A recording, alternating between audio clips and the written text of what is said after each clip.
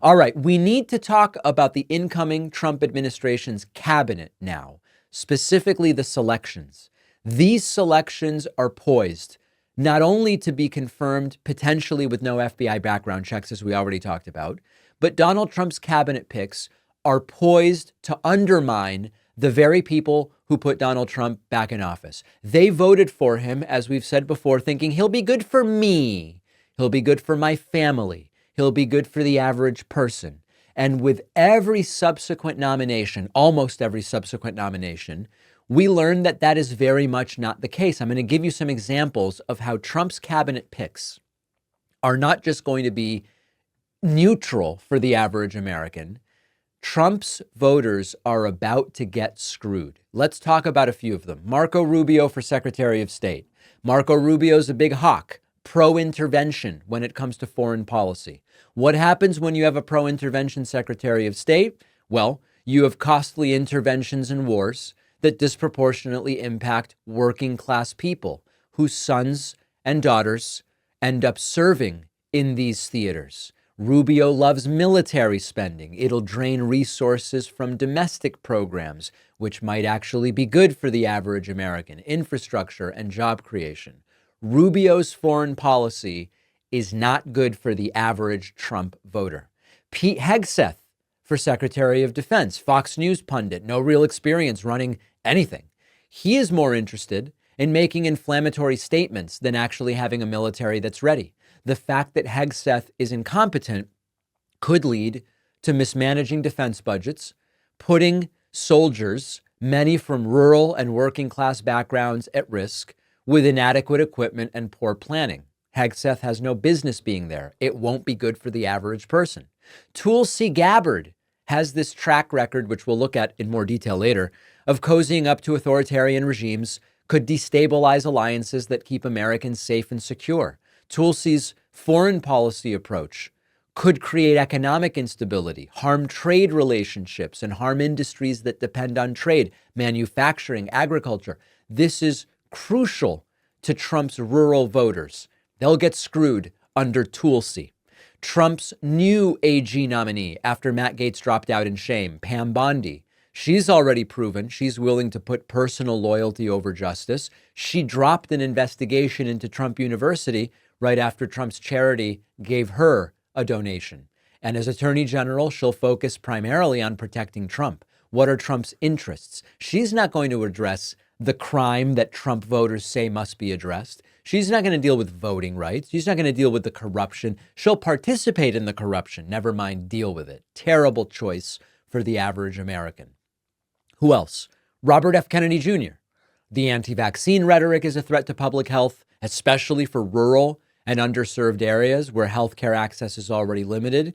He'll try to dismantle public health initiatives, which disproportionately help folks who can't otherwise afford a lot of those things. Many of them are Trump voters. They'll be more vulnerable to preventable disease, communicable disease, skyrocketing healthcare costs. Later, by the way, we'll talk about how Trump could have 3 pandemics to deal with during this forthcoming term. And you just go down the list. Secretary of Labor, Lori Chavez DeRemer, she supports deregulation that favors corporations over workers.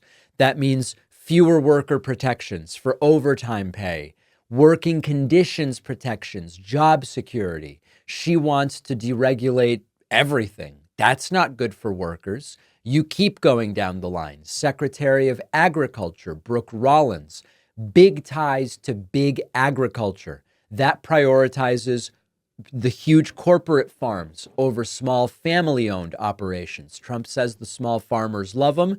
Doesn't seem like there will be much to love under his nominated Secretary of Agriculture. A couple more. Secretary of Energy nominee Chris Wright, straight out of the fossil fuel industry. He's all in on deregulation. He might end up boosting profits for energy companies, but who will be hurt? The rural communities, more pollution, etc. Linda McMahon, the wrestling lady for Secretary of Education, no experience with education policy. Her experience is in pushing to harm public schools by supporting private schools. That's not going to be good for the average person. Kids in Trump areas are going to be stuck with fewer opportunities and even more diminished public schools. So all of this is going to screw the average Trump voter. The entire cabinet so far is a slap in the face to Trump's working class supporters. These picks, if you look at them, it'll be great for Trump's inner circle. It'll be great for big corporations, the people at the top of those corporations. It'll be great for billionaires, but that's really the full scope of it. And the question is, are Trump voters going to figure it out this time? Because he did the same thing last time to a lesser degree. Most of them still voted for Trump in 2020. They came back and voted for him again in 2024. In 2020, it wasn't enough. In 2024, it was. Will they realize that this is Trump's doing? Or will they stand aside and cheer while they actually are damaged? We know that with Obamacare, even though it was red state governors who denied their residents the Medicaid expansion that Obamacare put in place, a lot of those red state voters still said, it's Obama's fault I don't have health care, even though the federal government put the plan in place, provided the funding, made it available, and red state governors said, no thanks, my state doesn't need it. Then you've got a Trump voter or whoever in Kentucky who thinks in 2016, I don't have health care because of Obama, I'm voting for Trump, even though actually Kentucky's a bad example. Other states, and they actually don't even know where the blame should go. So they're going to get screwed. The perennial question is, will they actually blame the right person? Remains to be seen. I hope it doesn't happen, but it's not looking good. Hey, real quick, we have launched the show on a new platform. The platform is Kick. We are very careful when we add a new platform. Last year it was Snapchat. Year before it was TikTok. Now it's Kick. Kick is a newer streaming platform. It's an alternative to Twitch. We're trying to grow our base there. We started streaming the show daily on Kick. Please just follow us there, kick.com/David Pakman. Our path to monetization there requires that we stream a certain amount, which we're doing, that we get a certain number of followers, which I forget, and that we get a certain number of subscribers. That number is only 20. So consider, if it's interesting to you to help us continue to build the ecosystem of the show, consider grabbing a paid subscription on Kick. You will be one of the foundational subscribers on Kick, but at minimum, you can follow. It costs nothing. We'll stream the show daily, kick.com/David Pakman. Check it out. I'll give you an update in a week or two as to how things are going there. We'll take a quick break. We will talk about Pam Bondi. We're going to talk about Tulsi and many others. Glad you're with us on what will be a shorter week thanks to the federal holiday later on this week. Sometimes the people we are closest to are the toughest to shop for.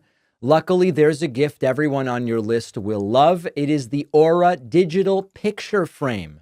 I gave one to my mom, preloaded it with pictures of the baby and some of me, right? I mean, please, you hook it up and it's already got pictures on it. You can select pictures from your phone and upload them remotely to any picture frame. Named #1 by Wirecutter. Aura frames make it really easy to share an unlimited number of photos and videos from your phone to the frame. When you give it as a gift, you can personalize it, preload it with a message and photos using the Aura app. I don't live near my parents, so the fact that I could preload these pictures onto the frame just makes it a really great long-distance gift as well. Aura Frames is a gift so special, they'll use it every day. And for a limited time, when you go to auraframes.com, my audience will get $45 off Aura's best-selling Carver mat frames by using promo code PAKMAN at checkout. The link is in the description.